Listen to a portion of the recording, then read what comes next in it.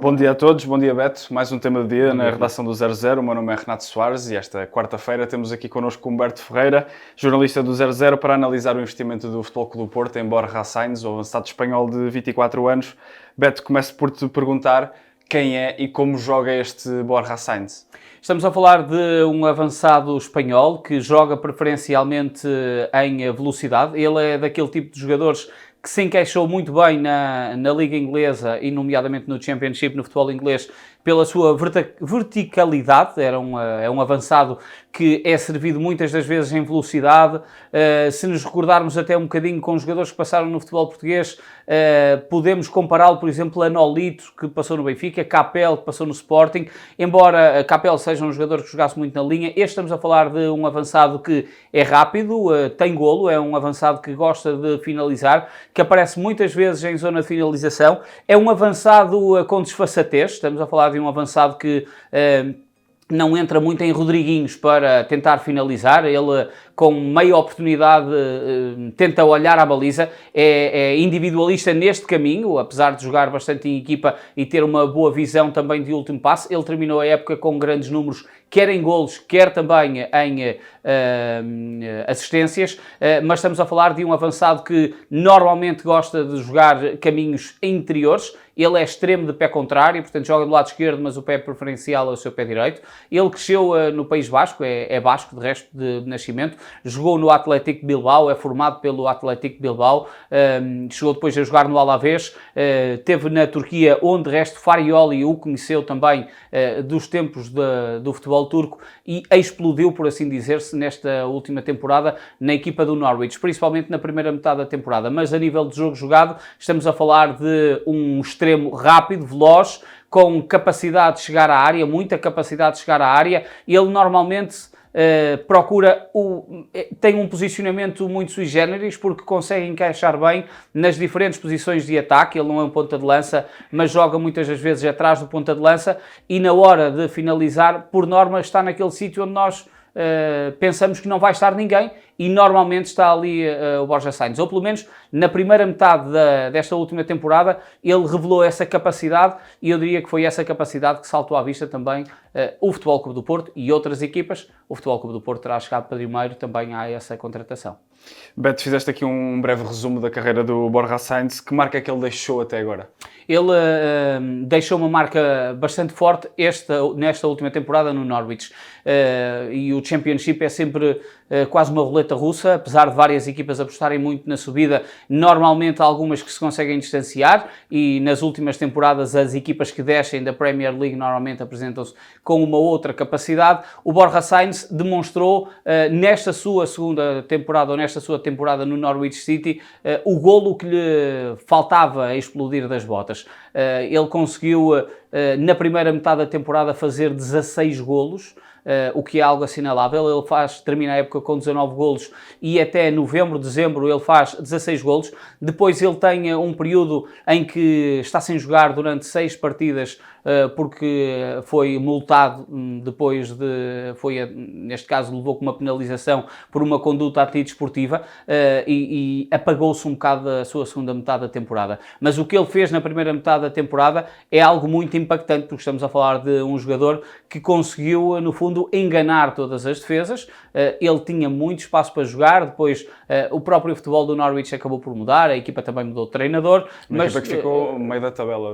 Ficou a meio da tabela, mas porque acaba o estilo por mudar bastante. Mas naquela primeira metade da temporada, estamos a falar de períodos em que ele faz um hat-trick, por exemplo, tem jogos em que marca golos e faz assistências. Ele jogava muito bem na sua combinação ofensiva com os companheiros de equipa e surgia muito bem em zonas de finalização e aproveitava o tal jogo em profundidade que a equipa do Norwich tinha e consegue fazer uma época muito boa com números como nunca tinha feito e demonstrou essa capacidade de, além de conseguir assistir, além de conseguir ser muito forte no 1 para 1 como era, faltava-lhe a decisão e a definição na última metade do campo, porque a nível de trabalho individual, estamos a falar de um jogador com uma técnica individual acima da média, ele gosta de jogar em espaço curto no seu adversário. Quando tem o adversário pela frente, ele gosta de enfrentar e, no fundo, chamar a si a responsabilidade do jogo, tendo a possibilidade de explorar o espaço vazio é muito rápido nesse caminho,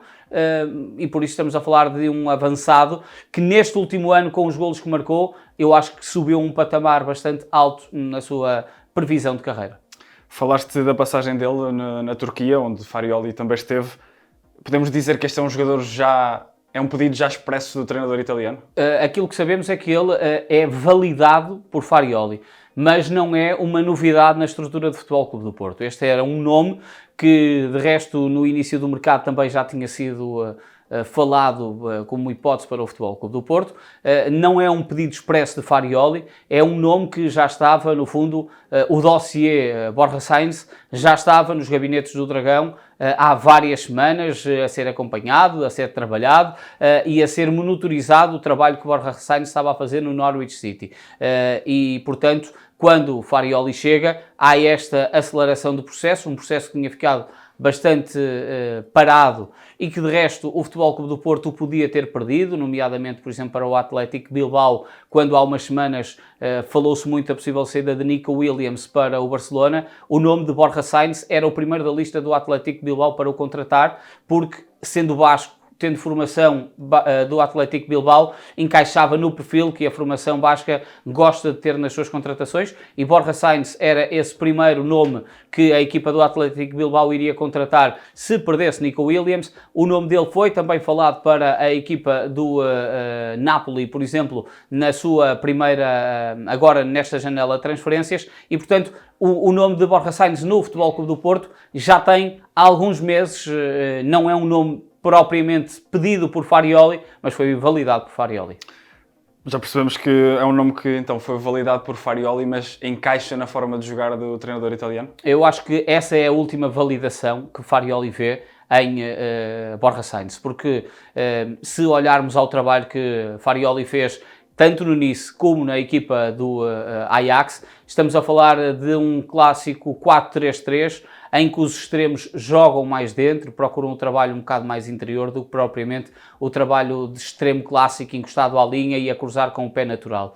E Borja Sainz encaixa nesse perfil. E aqui até podemos olhar já para uma outra opção que o Futebol Clube do Porto tinha no seu setor ofensivo, que pode trocar de lado com a vinda de Farioli, e que estamos a falar de William Gomes, que é um esquerdino, foi contratado por Anselmi para jogar precisamente no lado esquerdo, com o ala completamente encostado, mas que podemos ver a variação para William Gomes jogar no lado direito com o pé contrário e a procurar os caminhos interiores, que é isso que faz Borja Sainz, e é essa a ideia que normalmente Farioli gosta de ter nas suas equipas. Normalmente quem projeta-se mais na linha final são os alas, são os laterais, puros e duros, e os extremos jogam com o pé contrário e procuram o caminho interior. E Borja Sainz encaixa perfeitamente nesse caminho.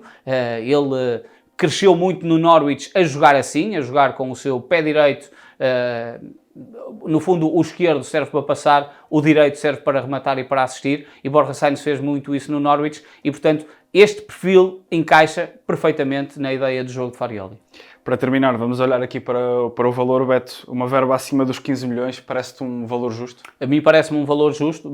Normalmente, não é? O valor de mercado é aquele que o clube que o compra está na disposição de pagar por um jogador, mas olhando para estes caminhos que eu te disse, do Athletic Bilbao atrás, da formação do Napoli também ter tido o nome de Borja Sainz como uma opção, mesmo que a equipa do Napoli queira contratar um titular e Borja Sainz não fosse esse titular, eu acho que é um valor que se ajusta à previsão que se aponta para Borja Sainz nesta sua fase da carreira. É um jogador que estava no Championship, portanto a sua iminência de chegar à Premier League poderia ser bastante expectável durante os próximos tempos. É um jogador bastante já classificado neste lado do futebol europeu e, portanto, eu acho que acaba por ser um valor justo, é alto para a dimensão portuguesa, e se pensarmos que o Futebol Clube do Porto já gastou mais do que essa verba em Gabriel Veiga, acaba por fazer uma compra muito semelhante com a de Borja Sainz. Estamos a falar com os bónus num valor a rondar os 16 milhões e meio, portanto o Porto à cabeça vai pagar 13 milhões, a equipa do Norwich vai ficar com 20% de uma futura venda, de futuras mais-valias, e há 4 milhões e meio que estarão, 3 milhões e meio que estarão para bónus da sua performance física de Borja Sainz no Futebol Clube do Porto. É um valor alto, mas eu diria também que é um valor justo, e que percebeu-se ao longo do dia de ontem que este negócio ia avançar muito rapidamente, porque a equipa do Norwich apresentou também um extremo para jogar precisamente na posição de Borja Sainz e, portanto, eu acho que o Futebol Clube do Porto se conseguiu, de alguma forma, antecipar a possíveis interessados neste extremo que estaria agora sedentário na formação do Norwich com a chegada de um outro jogador e, portanto, eu acho que é um jogador que, em condições normais, pode servir bastante bem o Futebol Clube do Porto. Há aqui uma condicionante que é importante trazermos, que é o futebol em Portugal não há tanto espaço para a vertigem e a velocidade de Borja Sainz. E essa pode ser uma dificuldade do jogador no futebol português, que é o facto de, em determinados jogos, ter dificuldade de procurar o caminho para a baliza, porque há muita gente pela frente. Aí, o 1 para 1 de Borja Sainz pode ser evidenciado, e é um desafio que o jogador vai ter que abordar também nesta nova vertente desportiva que vai ter quando chegar ao Futebol Clube do Porto e ao Campeonato Português. Obrigado, Beto. Obrigado por terem assistido. O tema do dia está disponível de segunda a sexta-feira em todas as plataformas de podcast. Dizer ainda que hoje vamos ter um novo episódio de Mercado Flash, onde podes ver todas as novidades da janela de transferências.